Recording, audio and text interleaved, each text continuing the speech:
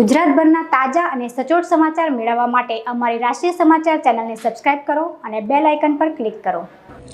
સુરતમાં અયોધ્યા ખાતે રામ મંદિરની પ્રાણ પ્રતિષ્ઠા નિમિત્તે અનોખો કાર્યક્રમ યોજાનાર છે। ત્યારે સૂર્યપુત્રી તાપી માતાની સુરતમાં મહાઆરતી થશે। સાથે 2 લાખથી વધુ દીવડાઓ પ્રજ્વલિત કરશે। 500થી વધુ વર્ષોના સંઘર્ષ પછી ભારત દેશમાં આવેલા અયોધ્યા ખાતે રામ મંદિરની પુનઃ પ્રાણ પ્રતિષ્ઠા થવા જઈ રહેલ છે।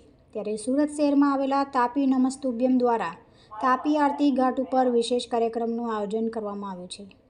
આ કાર્યક્રમમાં 2 લાખથી પણ વધુ દીવડાઓથી તાપી આરતીને ઘાટને શણગારવામાં આવશે। ભારત દેશમાં સુરત શહેરને પ્રથમ ક્રમાંક અપાવનાર સુરત મહાનગરપાલિકાના સુરત શહેરના સફાઈ કર્મચારીઓનું સન્માન કરવામાં આવશે। સમગ્ર ભારત દેશ આજે રામમય બન્યું છે ત્યારે સુરતના તાપી નમસ્તુભ્યમ પરિવાર દ્વારા તાપી આરતી ઘાટ ઉપર 2 લાખથી પણ વધુ દીવડાઓ સાથે સમગ્ર આરતી ઘાટને શણગારવામાં આવશે। આ આરતી ઘાટ ઉપર ભારત દેશને સુરત સ્વચ્છતામાં પ્રથમ ક્રમાંક અપાવનાર સ્વચ્છતા કર્મચારીનું પણ સન્માન કરવામાં આવશે। વિવિધ સાંસ્કૃતિક કાર્યક્રમ કરવામાં આવશે। કાર સેવકો જે સુરતથી કેટલાક કાર સેવકો ગયા હતા અયોધ્યા તેવા કાર સેવકોનું પણ સન્માન કરવામાં આવશે।